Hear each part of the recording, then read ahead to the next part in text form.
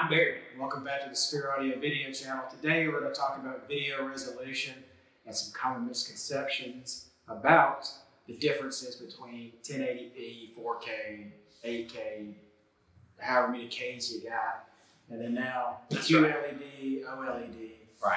It's always changing, it's always evolving, so we're going to try to get you up to date on what's new, what all of this actually means, and try to give you the best knowledge that we know dealing with this day in and day out. Sure. So first thing I'm going to do is I'm going to give it to Barry, and he's going to go over 4K and 8K and what the difference is, and try to keep it as simple as you can. Okay, so your 1080 is basically where the current standard of HD is, basically. So that's what our platform is based off of, is 1080p broadcasting. Yeah.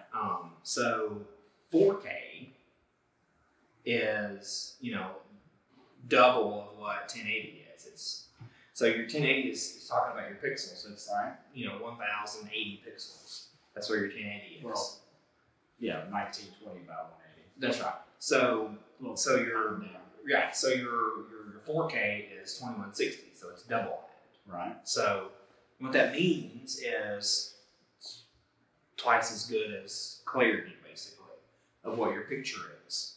So your content coming from your TV is going to be clearer, better images, because your pixelation from your TV is going to be clearer than what 1080 is. Well, I always heard from people, and I've noticed this with having 4K TV, right, is that the smaller viewing area that you have, it's better to have more pixels.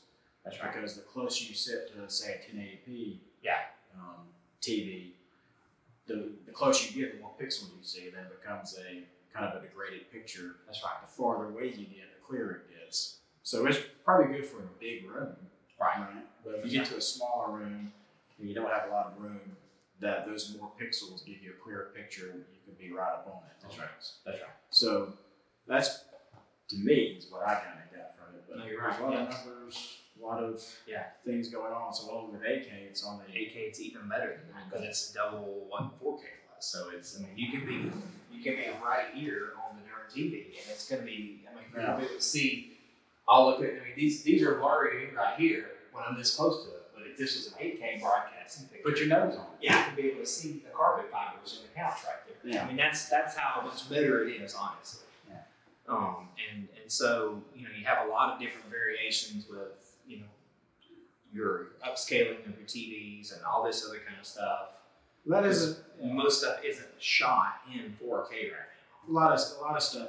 Previous things aren't, and then I know Netflix and Hulu and all them streaming services are putting more content out there. I know, let's say they have a couple of YouTube videos, but none of them are pure 4K stuff and 8K. They do have. It's getting there. Right. There's a lot more stuff that's being broadcasted in at least 4K. You got 4K cameras now that they're coming out with, so you can actually get the content actually shot in 4K, so it's transferred over to a 4K signal, and everything's already everything's 4K rated. Yeah. Well, I know one of the big questions we always get from customers is kind of what TV should I get, and do I really need 4K compared to just saving some money getting 1080p?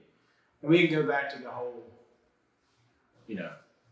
I want a big TV, might not want to spend a lot of money, but I've got a big room, I don't think it's going to be that big of a difference. Right.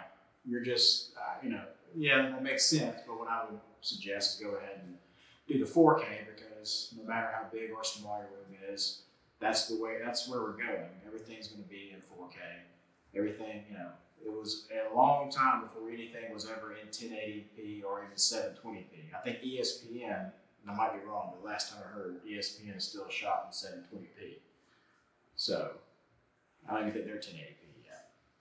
I'm probably wrong, but last time I heard that was what it was. So you want to go ahead and do that and make sure you get a 4K TV, because what they can do is they can play retroactively or downgrade to the previous 1080p. They'll play that no problem. 720. That's right. You're not stuck with having to get 4K only. And they can upscale and try to make your picture even better, even though it's on 4K. You can kind of see a difference in the 1080p. Try to upscale to 4K, get it does give it a little more, clearer. That's right. Clarity. The contrast ratio in the new like 4K quality versus 8K and all that, you get better and better and better with the contrast in there. Your whites are brighter, your blacks are deeper, so that way your colors look better and they're clearer because they're deeper as a sense of all this is gonna pop more because it's gonna come through the screen a little bit. You definitely want the blackest black, and that's whenever you see TVs that are being measured and compared by other companies.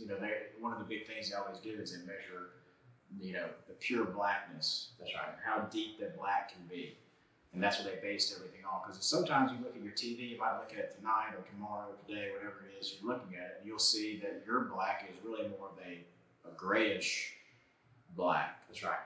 Which means they're having a hard time producing those. So one of the big ratings they try to do is a deep black that you can get.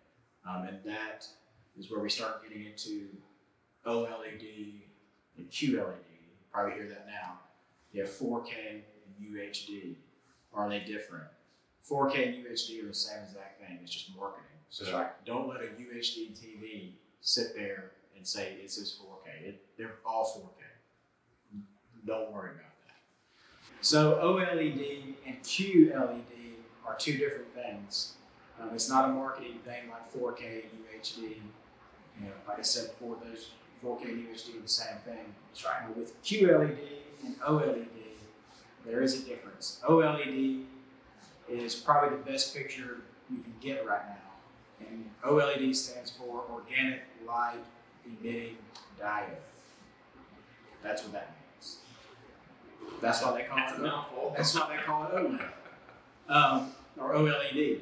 So with OLED, you're going to get a lot darker, or probably the blackest blacks you're going to be able to get on any kind of display in today's market. A very high contrast ratio, and the angles, the viewing angles, are a lot better. You can sit off to the side and you can see it, just as clear as you can see it straight up, dead ahead. So QLED means quantum dot LED TV, which means that instead of each pixel emitting its own light, there is a backlight LED that is emitting the light, and therefore the quantum dots and therefore emit from there. In that way. Sure. That makes sense.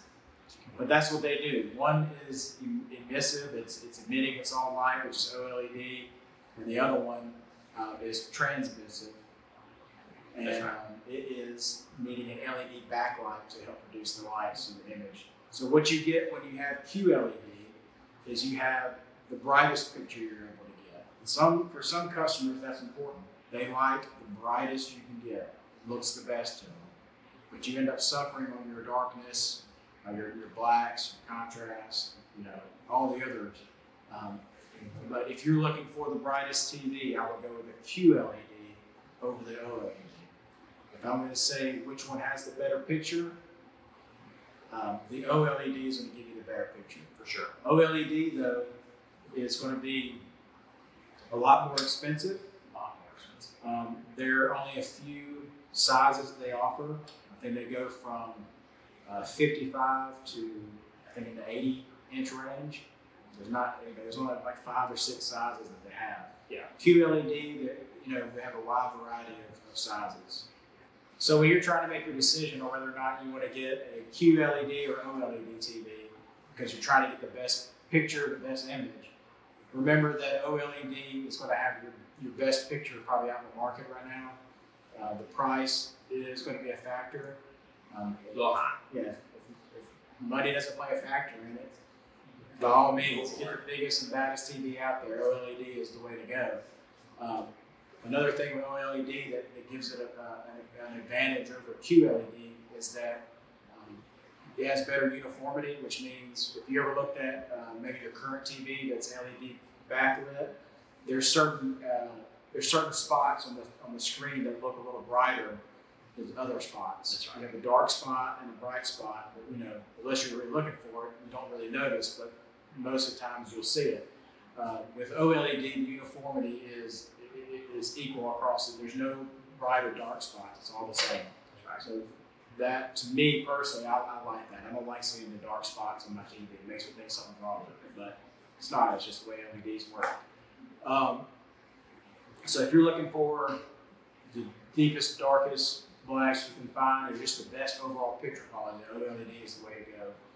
Just remember they don't have a lot of, they don't have a lot of size variations. And price is going to be a little more than your traditional LED TV. Sure. QLED is a little less expensive. They have more size options for you. They can get bigger, they can get smaller. So biggest thing about QLED is that you have the brightest picture you're going to be able to get. And some people, that's more of a factor for them. Yeah, if you're, your house has, 13 windows across there, you have no blinds. Then Right. Sure, go for it. Yeah, I mean, I've been at customers' houses where they're like, I put the best OLED in there, this looks awesome, and I'm over there, he's over there like, this is the best I've ever seen. And they're like, why? Can you turn the brightness up? And Right. I'm like, No. not really. But to them, that looks the best. And it Right. might look the best to you. And if that's what you want, QLED is the way to go. They're all going to be 4K. They are going to be able to go back down to 1080p and also upscale. right, they can upscale as well. But also, you really have to think in that scenario, even though you just buy a TV that has 4K, everything else you have hooked up to it, if you're streaming, that's fine. Right. But your cables need to be 4K. Like if you have a Roku or Apple TV, those need to be 4K rated. Yeah. If you have a receiver or anything like that that's driving speakers, those need to be 4K. Everything needs to be on the 2.2 version of HDMI so that, everything is compatible with 4K, or it's not going to matter. Yeah, I mean, it definitely is a total upgrade. We do have that a lot where people end up getting a 4K TV and then they have a 1080p, box, or the old Apple TV that would also do 1080p, and they're wondering, well, the picture doesn't look, Or the cables are shot, yeah.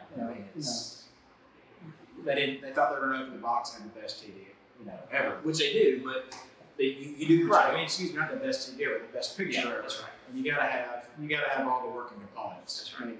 So it's also just like when you have a network at your house and you have gigabit internet speed, and you think you're going to get 1,000 megabit download of everything you do, but your router is not even capable of doing 1,000. It's only able to do 100. Right. You're only as good as the best. It's your equipment. Yeah, your best component in there. That's right. So, I mean, I think you get it with beating it to death, but at the same time, just to make sure that get the right cables, get the right TV, get the right AVR, get the right streaming stuff. If you're going to go 4K, you got to go 4K all across. That's right. So, just make sure you keep that in mind. Yeah, So, just think about those parameters when you buy your TV and everything. You just want to think about your scenario that you're surrounding yourself about and make sure you get everything that you need. right.